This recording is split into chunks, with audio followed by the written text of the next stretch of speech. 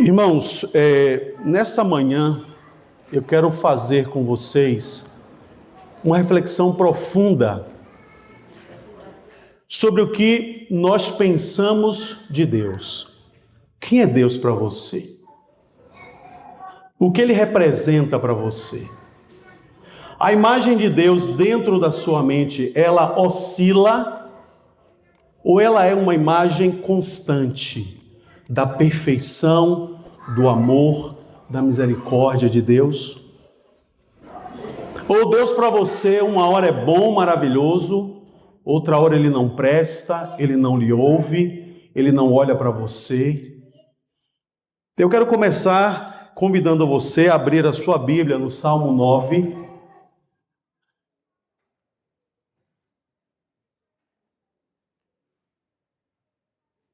Salmo 9, nós vamos fazer uma oração e vamos pedir ao Espírito Santo que nos conduza nesta hora.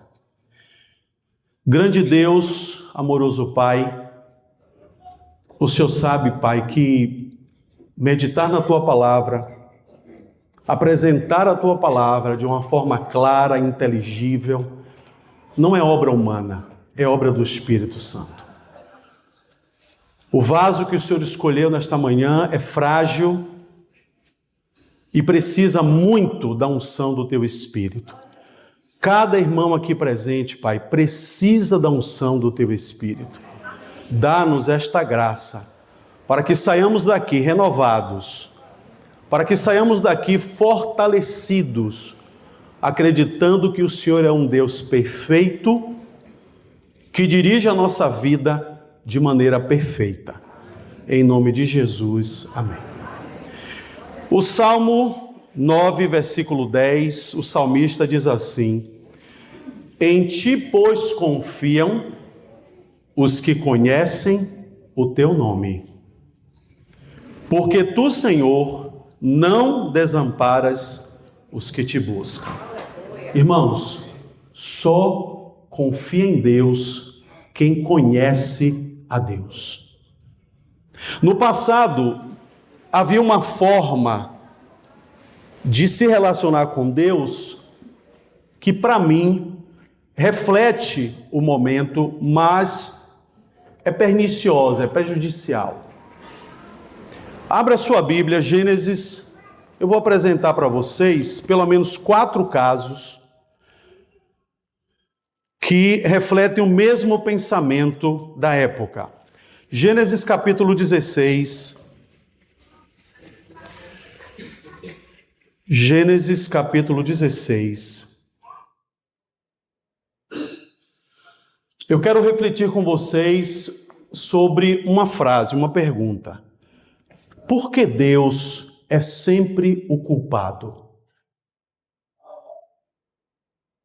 Por que a gente sempre coloca no colo dele a culpa dos nossos insucessos, das nossas perdas, dos nossos sofrimentos? Preste atenção no que você vai ler comigo agora. Gênesis capítulo 16, versículos 1 e 2, está escrito: Ora, Sarai, mulher de Abrão, não lhe dava filhos. Tendo, porém, uma serva egípcia por nome Agar, disse Sarai a Abrão: Eis que o Senhor me tem impedido de dar à luz filhos. Olhem para mim aqui. Ela está fazendo uma afirmação. Confere? Ela disse assim: eu não posso ter filhos e a culpa é de Deus. Irmãos, eu entendo que a ciência nessa época, ela não havia evoluído ao ponto de você dizer assim: talvez eu tenha um ovário policístico, por isso eu não consigo engravidar. Talvez meu marido tenha algum problema lá e não pode, ter filhos. Então, a culpa ia diretamente para Deus. Eu vou ler de novo com você o versículo 2. Disse Sarai a Abrão: Eis que o Senhor me tem impedido de dar à luz filhos. Toma, pois, a minha serva, e assim me edificarei com filhos por meio dela. E Abrão anuiu ao conselho de Sarai. Ora, se esse tipo de pensamento estivesse só aqui na Bíblia, beleza. Porque a gente, para entender a palavra de Deus, a gente tem que se deslocar à época, ao momento em que aquele texto foi escrito. O problema, irmãos, é que hoje há pessoas dentro da igreja que pensam da mesma forma. Vamos a um outro caso. Primeiro livro dos Reis, capítulo 17.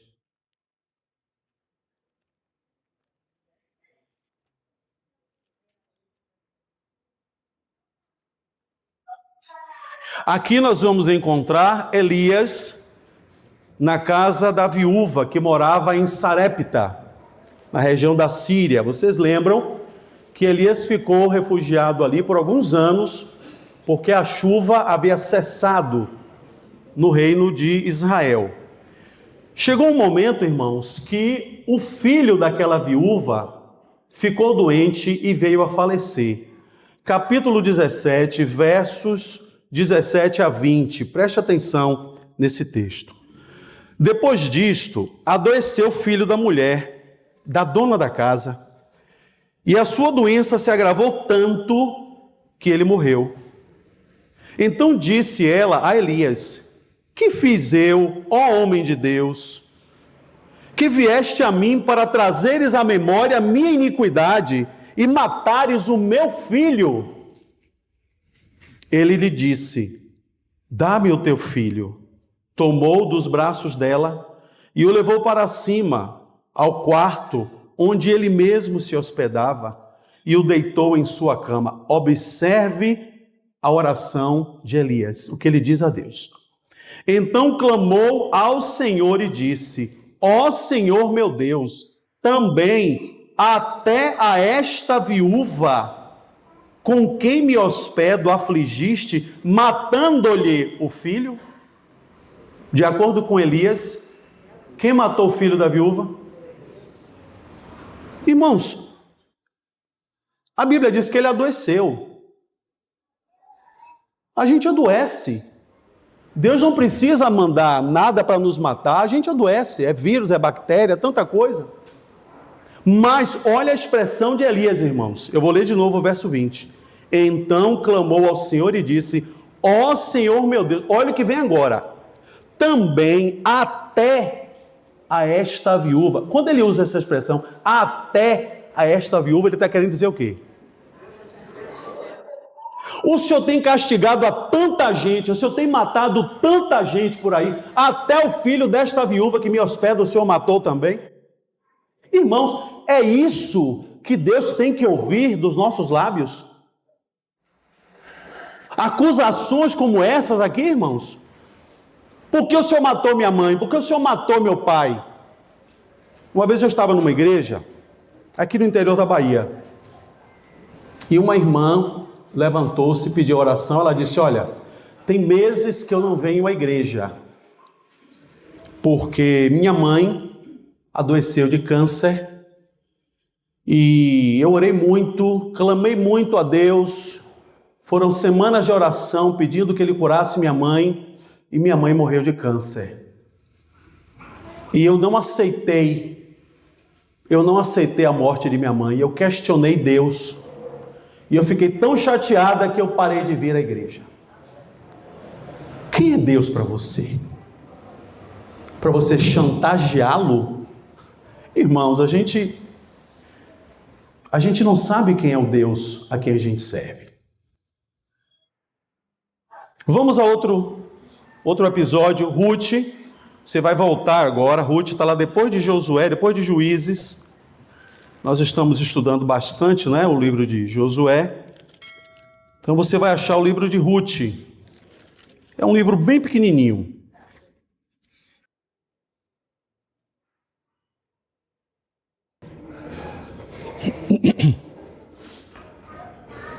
Ruth capítulo 1, olhe para os versos 1 a 5. Nos dias em que julgavam os juízes, houve fome na terra. E um homem de Belém de Judá saiu a habitar na terra de Moabe, com sua mulher e seus 2 filhos. Este homem se chamava Elimeleque e sua mulher Noemi. Os filhos se chamavam Malom e Quilion, efrateus de Belém de Judá. Vieram à terra de Moabe e ficaram ali. Morreu Elimeleque, marido de Noemi, e ficou ela com seus 2 filhos, os quais casaram com mulheres moabitas. Era o nome de uma Orfa e o nome da outra Ruth. E ficaram ali quase 10 anos. Morreram também ambos, Malom e Quilion, ficando assim a mulher desamparada de seus 2 filhos e de seu marido. Olhem para mim, por favor. Bom, a situação lá em Belém melhorou e ela soube disso. Ela então decide voltar para a sua terra. No momento em que ela decide voltar, as noras disseram assim: nós vamos com a senhora. Só que ela diz assim, olhe para o verso 12.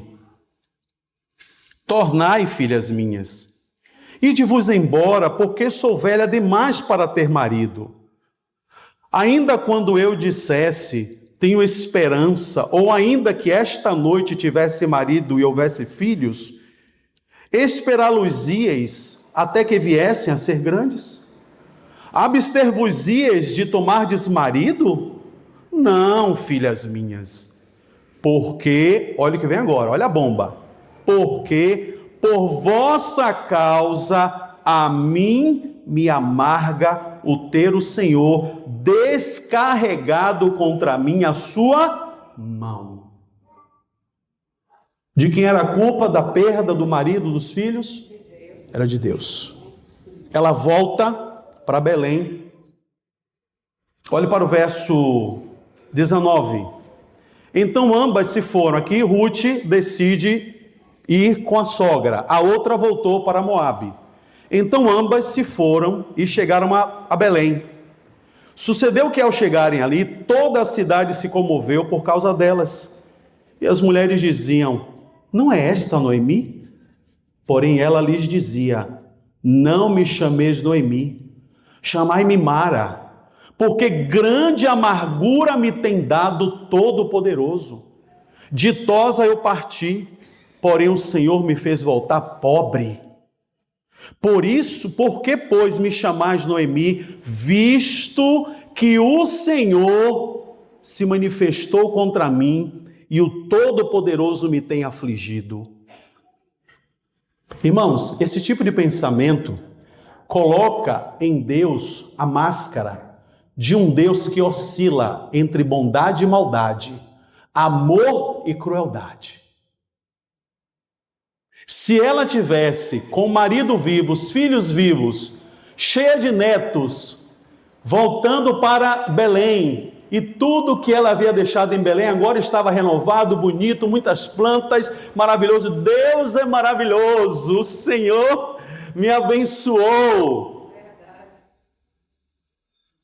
Mas Deus não pode te abençoar através de uma perda. Você só pode ser abençoado se entrar muito dinheiro na sua conta. Se a conta estiver vazia, isso é maldição? Não pode ser bênção? E esse pensamento distorcido que nós alimentamos, não só nos prejudica, como prejudica quem está ao nosso lado. Eu contamino as pessoas que estão do meu lado. Por exemplo, morre um ente querido meu, e aí no velório eu ali faço o discurso: que Deus é esse? Uma pessoa tão boa. Que Deus é esse que dizem que é amor e deixou essa pessoa morrer nesse acidente tão trágico? Irmãos, se naquele velório estiverem presentes pessoas que estão com a fé mais ou menos, vão sair dali afastadas de Deus. Então, a minha crença distorcida, a minha visão distorcida de Deus, ela não me destrói somente a mim, ela destrói também aqueles que estão do meu lado. Quantos maridos perderam a fé por causa da perda da fé da esposa? E quantas esposas perderam a fé por causa do marido que também perdeu a fé? Vamos a mais uma história. Abra sua Bíblia, 1 Samuel, depois de Ruth, você vai encontrar logo o livro de Samuel. 1 Samuel capítulo 4, versículos 1 a 3. Está escrito assim: veio a palavra do Senhor, veio a palavra de Samuel a todo Israel. Saiu Israel à peleja contra os filisteus e se acampou junto a Ebenezer, e os filisteus se acamparam junto a Afeca. Dispuseram-se os filisteus em ordem de batalha para sair de encontro a Israel, e travada a peleja, Israel foi derrotado pelos filisteus, e estes mataram no campo aberto cerca de 4.000 homens. Voltando o povo ao arraial, disseram aos anciãos de Israel, olha aí agora, por que nos feriu o Senhor hoje diante dos filisteus? Tragamos de Siló a arca da aliança do Senhor, para que venha no meio de nós e nos livre das mãos de nossos inimigos. Olhe para os versos 10 e 11. Então pelejaram os filisteus, Israel foi derrotado, e cada um fugiu para a sua tenda. Foi grande a derrota, pois foram mortos de Israel 30.000 homens de pé. Foi tomada a arca de Deus, e mortos os 2 filhos de Eli, Ofni e Finéias. 2 derrotas, irmãos. Mas o que a Bíblia fala desses 2 sacerdotes, Ofni e Finéias? Abra no capítulo 2, por favor.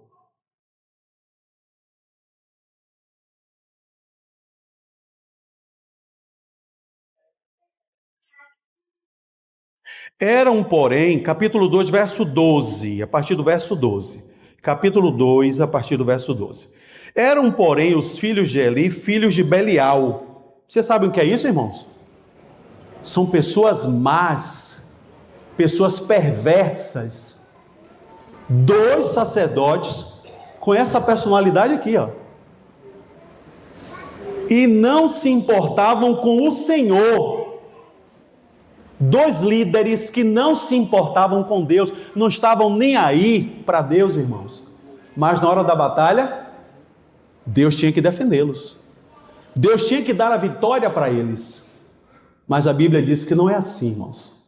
A Bíblia diz que aquilo que a gente plantar, a gente vai colher. Verso 3. Pois o costume daqueles sacerdotes com o povo era que, oferecendo a alguém sacrifício, vinha um moço do sacerdote, estando-se cozendo a carne, com um garfo de 3 dentes na mão, e metia-o na caldeira, ou na panela, ou no tacho, ou na marmita, e tudo quanto o garfo tirava, o sacerdote tomava para si.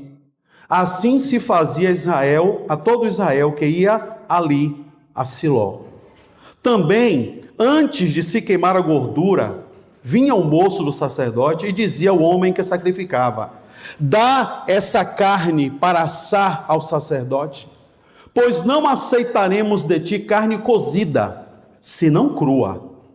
Se o ofertante lhe respondia: queime-se primeiro a gordura, e depois tomarás quanto quiseres, então ele lhes dizia: não, porém hás de madar agora, senão tomá-la-ei à força. Era, pois, muito grande o pecado destes moços perante o Senhor, porquanto eles desprezavam a oferta do Senhor. É assim que a gente faz. A gente descumpre a promessa feita com Deus, não segue o que está escrito, mas a gente quer a bênção. Nós ouvimos há pouco instante o nosso irmão dizendo aqui, que ele comeu, depois aconteceu o quê? Passou mal. Aí digamos que ele é internado, fica lá em coma. Ah, Senhor!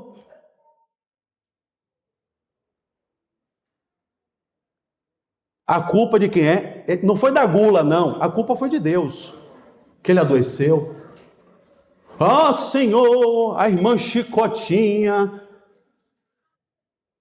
morreu, pai.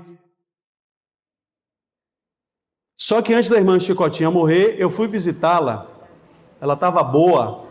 Quando eu cheguei lá, a Chicotinha estava batendo um prato de mocotó com o tutano, ó. Irmã Chicotinha, a senhora é hipertensa, irmã. A senhora já infartou 2 vezes. Ah, irmão, um mocotózinho de vez em quando. Vai colher o que está plantando, irmãos. O problema é que depois eu jogo a culpa na conta de Deus. A irmã Chicotinha, uma diaconisa, 40 anos diaconisa. Como é que Deus deixa uma mulher dessa morrer? De Deus não se zomba. A gente precisa refletir sobre Deus, irmãos, porque Ele é totalmente justo, Ele é totalmente honesto, Ele é totalmente amor. Em Deus não há variação, irmãos. Deus é permanentemente misericordioso e justo. Eu oscilo, Deus não oscila. Irmãos, era o final dos anos 90, 80, exatamente 87. Aqui a maioria aqui não era nem nascida. Que tudo novinho aqui, ó. 87, eu passei um ano no Rio de Janeiro e no final do ano eu recebo uma ligação e minha irmã dizendo assim: volte para Salvador, porque manhã não está bem. Ela não está bem e os médicos não sabem dizer o que é que ela tem. E volte porque a gente vai precisar de você, que a gente está cuidando dela. Ok. Voltei para Salvador. Quando cheguei aqui em Salvador, irmãos, encontrei minha mãe com dores tremendas nas articulações, aqui nessa região, principalmente da bacia, e ela já estava andando com muita dificuldade. E os médicos não conseguiam dizer o que é que ela tinha. Exames em cima de exames, em cima de exames, e passa 1 mês, 2, 3, 4, 5, 6, 7, 8 meses fazendo exame, e a situação dela só agravando. Até que um dia, a médica nos chamou e disse assim: nós descobrimos o que é que a mãe de vocês tem. Ela tem uma doença chamada mieloma múltiplo. Parece com leucemia, mas não é leucemia. Se fosse leucemia, nós aplicaríamos o tratamento para a leucemia. Só que o mieloma múltiplo não tem tratamento. Nem aqui no Brasil e nem fora do Brasil. Então, o que eu tenho para dizer para vocês é: preparem-se para perder a sua mãe, porque ela não vai resistir. Ela pode sobreviver por mais 1 mês, por mais 15 dias, a gente não sabe precisar quanto tempo de vida ela tem. E aí, irmãos, eu parei assim e disse: não, tem que ter alguma coisa, tem que ter algum remédio, algum tratamento natural, e passei a pesquisar os livros que falavam de tratamentos naturais, e encontrei um tratamento que era aplicado para a leucemia, que era um tratamento feito com limão. Então era assim: durante 7 dias, o paciente tomava o suco de 1 limão, em jejum, todos os dias. Nos próximos 7 dias, o suco de 2 limões em jejum. Nos próximos 7 dias, o suco de 4 limões em jejum. Na semana seguinte, 8 limões espremidos por dia em jejum. Na semana seguinte, 16 limões, o suco de 16 limões por dia em jejum. Na penúltima semana, o suco de 32 limões durante 7 dias. E na última semana, o suco de 64 limões. Eu voltava do supermercado Paz Mendonça com sacolas, parecia que eu tinha comprado todos os limões do supermercado. Eu voltava com sacolas e sacolas e sacolas de limão, todos os dias comprava aquele monte de limão. As pontas dos meus dedos já estavam queimadas de tanto espremer limão. Mas, a princípio, ela deu uma leve melhorada na saúde, mas o problema se agravava a cada dia. Então as dores que ela sentia aqui na bacia subiram para essa região da clavícula. Eu ia dormir 2 horas da manhã conversando com ela. 2 vezes ela disse assim: eu não vou mais comer porque eu sei que eu vou morrer. Nem façam comida para mim porque eu sei que eu vou morrer. Aí reuníamos os filhos ao redor dela. Minha mãe, não faça isso. Não faça isso, a senhora vai sobreviver, ajude o trabalho da gente e tal. A gente batia papo, ela aí voltava a se alimentar. Irmãos, uma das orientações médicas era a seguinte: quando ela estiver sentindo dores extremas, ela não pode tomar remédio na veia. Ela só pode tomar em comprimido. Acontece, irmãos, que quando o remédio ia fazer efeito, ela já tinha desmaiado de tanto gritar de dor. E eu comecei agora a fazer, sabe o quê? Compressas de água quente e água gelada. Tinha uma vasilha no fogão. Isso, irmãos, no meu desespero, porque eu queria o quê? Eu queria a cura de minha mãe, eu queria que ela se livrasse daquele sofrimento. Uma bacia com gelo e água, uma toalha, e uma panela com água quente, a toalha ali. Eu vinha com a toalha segurando no garfo, colocava no ombro dela. Depois de alguns minutos eu tirava, pegava aquela toalha que estava na bacia de gelo, colocava no ombro dela. Com 3 ou 4 trocas, ela conseguia se acalmar e conseguia dormir. Só que o tempo foi passando e nenhum tratamento resolveu. Eu me lembro que eu estava sentado, ela deitada no sofá, e eu aqui sentado conversando com ela. Meu pai entrou na casa, ela olhou assim, puxou minha camisa, fez assim: quem é esse homem? Por que vocês estão deixando gente estranha entrar na minha casa?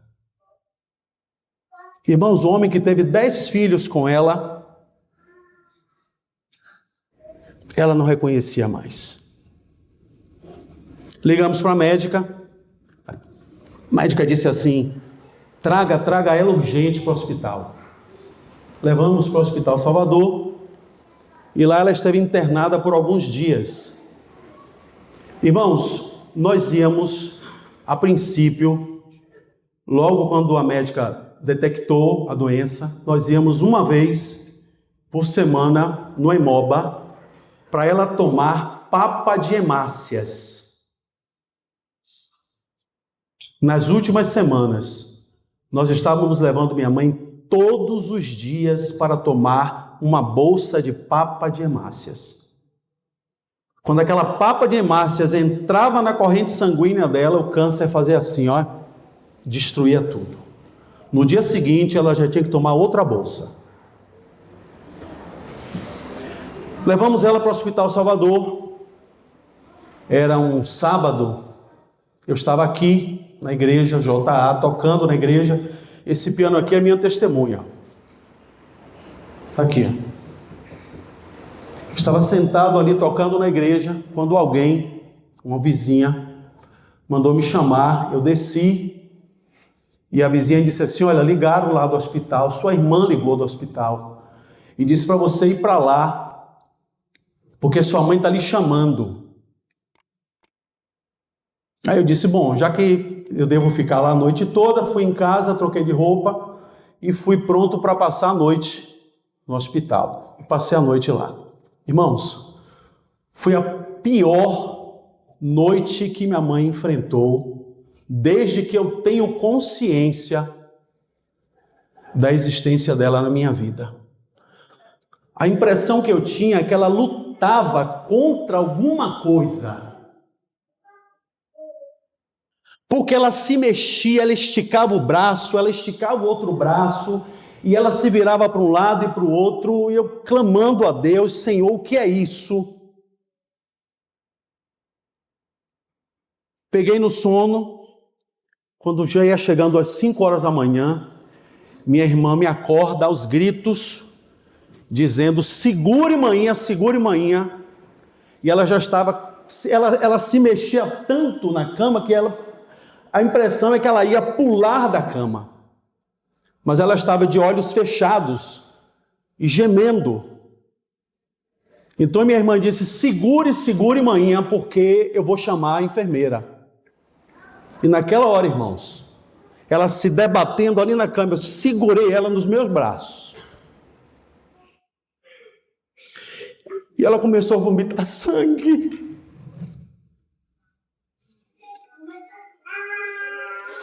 Ela vomitava sangue em cima de mim.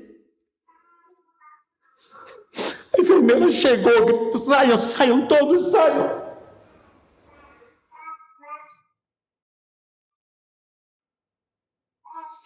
Irmãos, eu poderia acusar a Deus de ser um Deus tirano, cruel, mas eu nunca fiz isso. Vocês nunca vão me ver falando mal desse Deus.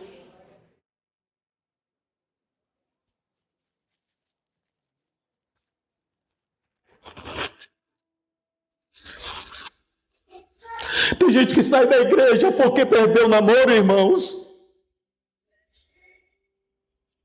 Tem gente que sai da igreja porque perdeu o emprego. Tem gente que abandona Deus por causa de uma separação. Quem é Deus para você?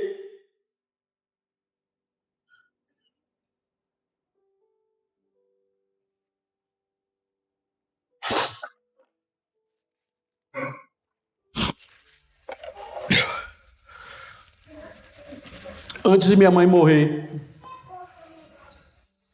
ela chamou os filhos mais velhos e ela fez um pedido. Ela disse: olha, vocês têm uma irmã caçula,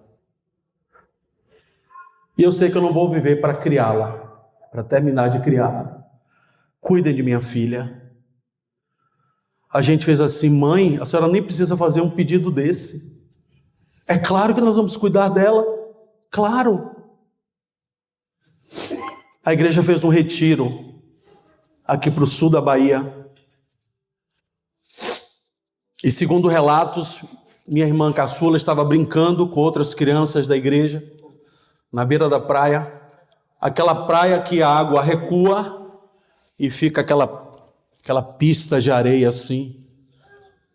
E uma das crianças disse: acabou a areia. Minha irmãzinha pegou o balde e foi adiante buscar areia. Quando ela está levantando, veio um garoto de 16 anos dirigindo uma Pampa, e o carro bateu no pescoço dela, ela levantando, o carro pegou ela por aqui, e segundo relatos, o corpo dela voou para trás do carro e já caiu com o corpo todo fraturado. Eu recebi aqui em Salvador aquele corpinho dentro do caixão.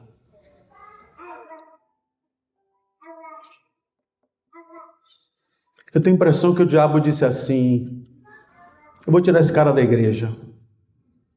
Ele não pode continuar servindo a Deus. Irmãos, eu chorei tanto no enterro de minha irmã que eu pensei que eu fosse desmaiar.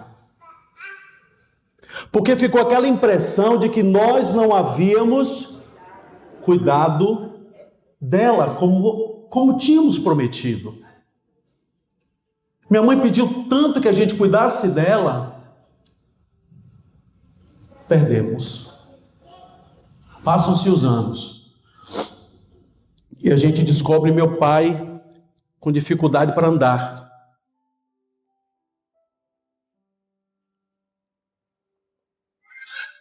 E o médico disse: ele tem trombose. E a trombose dele está muito avançada. O pé esquerdo de meu pai estava murchando e ficando escuro. O médico disse: a gente precisa fazer a colocação de uma prótese na virilha dele. A cardiologista disse: não opere porque o coração dele está muito inchado. O angiologista disse: se operar, ele ainda pode viver alguns anos. A angiologista disse: se operar, ele pode morrer na mesa de cirurgia. E ele disse assim: não amputem o meu pé. A decisão da família foi pela amputação. Antes, na verdade, foi feita a colocação da prótese. Irmãos, a prótese foi colocada num dia, no outro dia o pé dele já estava praticamente normal, até a coloração havia mudado. Na semana seguinte ele foi fazer a revisão no Hospital das Clínicas. Meu irmão disse assim: pai, fique aqui que eu vou avisar para o rapaz do táxi para ele voltar daqui a 1 hora. Quando meu irmão virou para falar com o rapaz do táxi, ele se levantou para ir atrás de meu irmão, escorregou dentro do corredor do hospital. Na hora que ele escorregou, a perna levantou e a prótese foi prejudicada. O médico disse: não pode botar outra.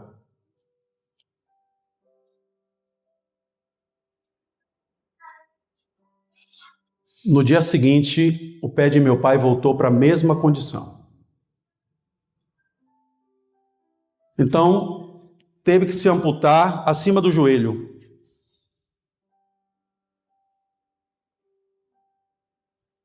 Menos de um mês depois, a região infeccionou e o médico disse: teremos que amputar mais 5 dedos acima. Irmãos, quando meu pai despertou, que ele levantou a perna assim, ó, que ele não viu o restante da perna, ele não fechou mais os olhos. Irmão, você poderia ter trazido uma mensagem diferente, não é? Uma coisa para cima, de alegria. Irmãos, eu não posso vir aqui pregar a palavra do Senhor e deixar você ir embora do mesmo jeito que você entrou. Quem é Deus para você? O sofrimento, a perda, a dor, a doença vai afastar você de Deus?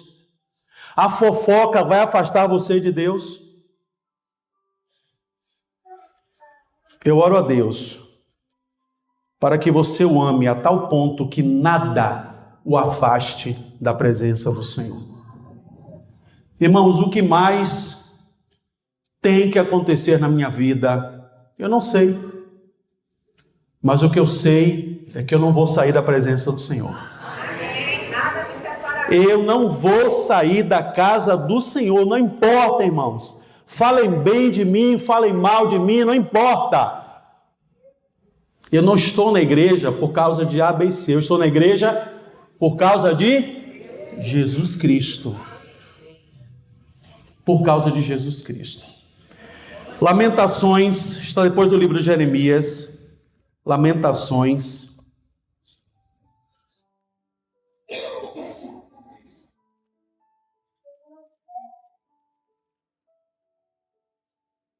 Lamentações, capítulo 3.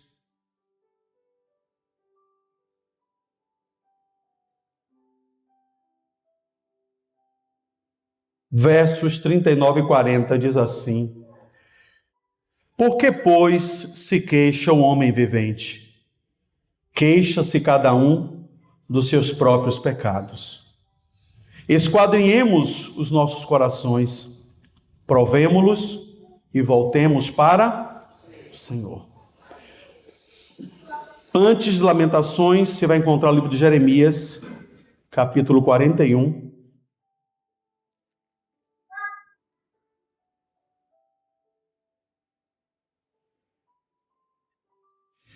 Melhor dizendo, Jeremias 29.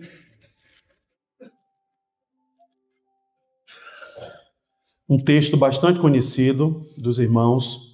Jeremias 29, 11 a 13.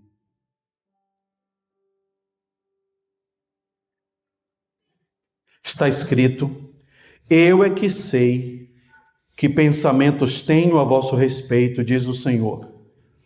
Pensamentos de paz e não de mal, para vos dar o fim que desejais. Então me invocareis, passareis a orar a mim, e eu vos ouvirei. Buscar-me-eis e me achareis, quando me buscardes de todo o vosso coração. Isaías está aí antes de Jeremias, Isaías 41.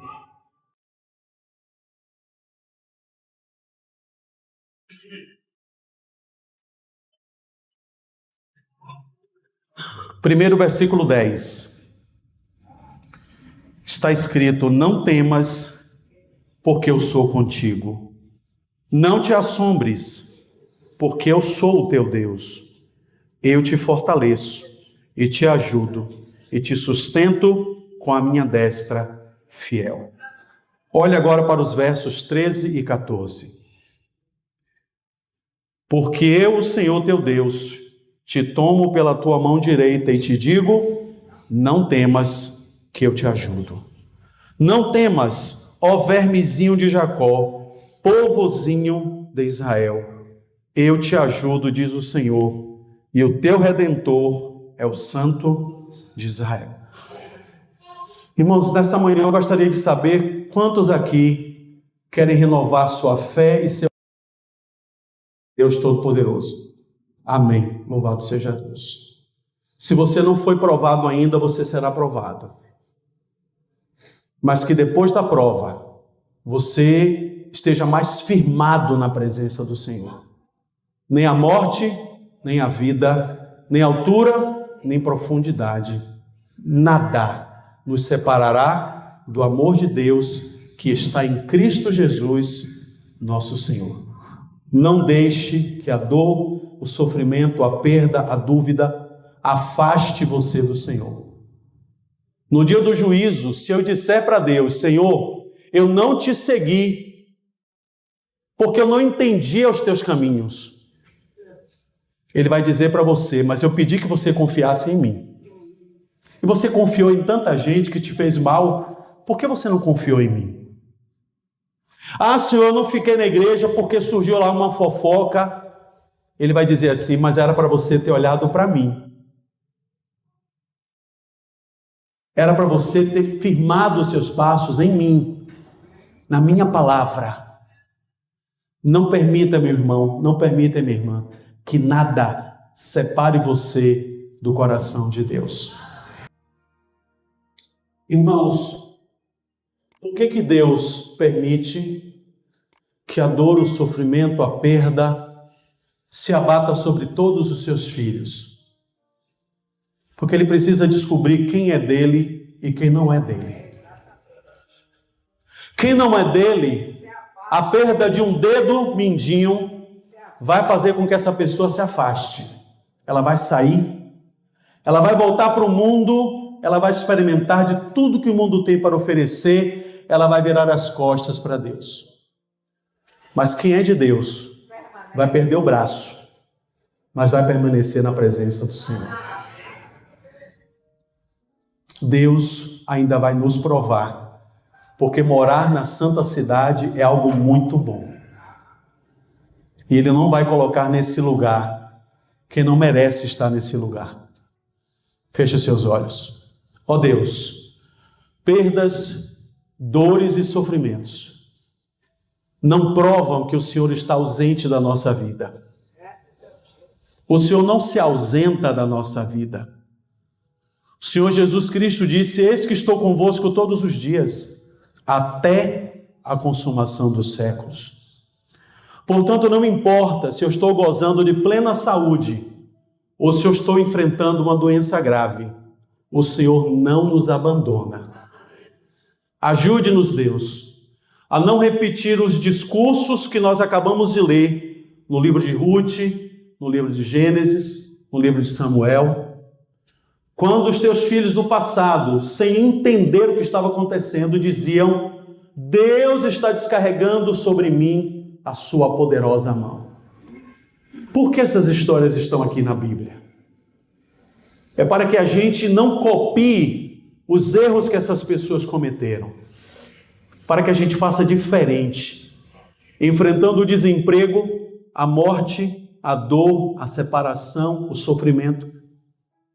A gente possa dizer: Deus está comigo, o Senhor é a minha luz e a minha salvação, a quem temerei? Ajude a termos uma experiência mais profunda com o Senhor, tão profunda que nada nos separe do teu santo amor.